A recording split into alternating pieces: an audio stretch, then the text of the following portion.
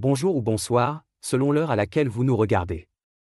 Je suis votre chroniqueur audio et animateur de podcast à l'ODJ Média. Aujourd'hui, je vous lis fidèlement, mot pour mot, une chronique signée Ahmed Nagy. Son titre, La voix de l'Europe n'intéresse plus personne. Une analyse tranchante sur le recul stratégique du vieux continent. Que ce soit à propos de la guerre en Ukraine ou de celle entre Israël et l'Iran, Washington traite seul et directement avec Moscou et Téhéran, les pays européens étant, de toute évidence, totalement hors jeu. Le président américain, Donald Trump, n'en a pas moins réussi à convaincre les 10 pays européens membres de l'OTAN, à l'exception de l'Espagne, à hausser leurs dépenses militaires à hauteur de 5% de leur PIB, lors du sommet de La Haye les 24 et 25 juin.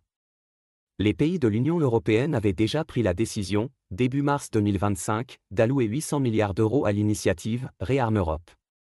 L'auteur affirme que cet effort financier ne bénéficiera pas à l'Europe mais à un autre bénéficiaire bien connu.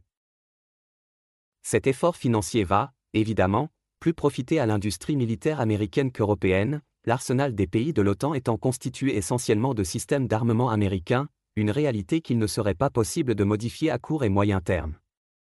Bien entendu, les pays européens, dont les économies sont actuellement loin d'être prospères, doivent trouver cet argent pour l'achat d'armes américaines, quelques 16 000 milliards de dollars sur une décennie, en coupant sur d'autres dépenses. L'auteur ajoute que cette réorientation budgétaire a un prix politique et social.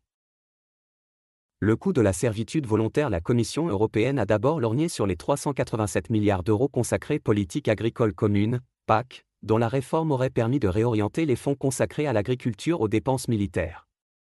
Les opérateurs du secteur agricole européen s'y sont fortement opposés et le projet est tombé à l'eau.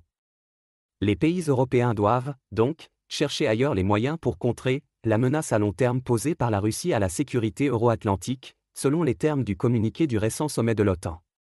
De fait, maintenant que les États-Unis ont décidé d'arrêter les frais concernant la guerre en Ukraine, c'est aux pays européens de prendre en charge ce conflit d'ores et déjà remporté par la Russie. BlackRock, la fameuse société américaine d'investissement qui cherchait des investisseurs pour alimenter le fonds pour l'Ukraine, a également laissé tomber, les incertitudes pesant sur l'avenir de l'Ukraine ayant décidé les porteurs de capitaux de s'abstenir d'y participer. La reconstruction de l'Ukraine va nécessiter quelques 500 milliards de dollars, selon le Premier ministre ukrainien, Denis Shmyhal.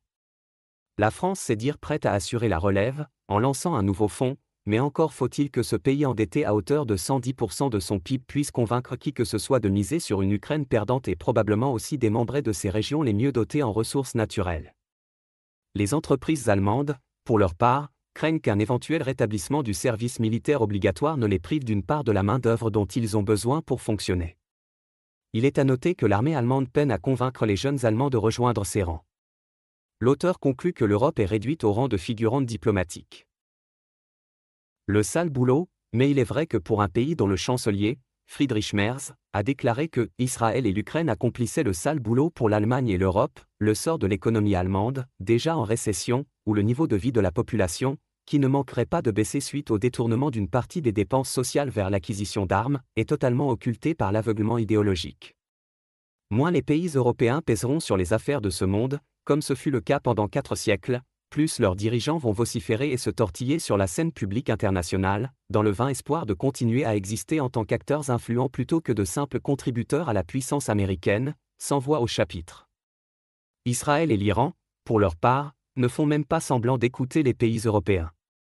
Tel Aviv et Téhéran s'adressent directement à Washington. Il fut, une fois, la puissance européenne.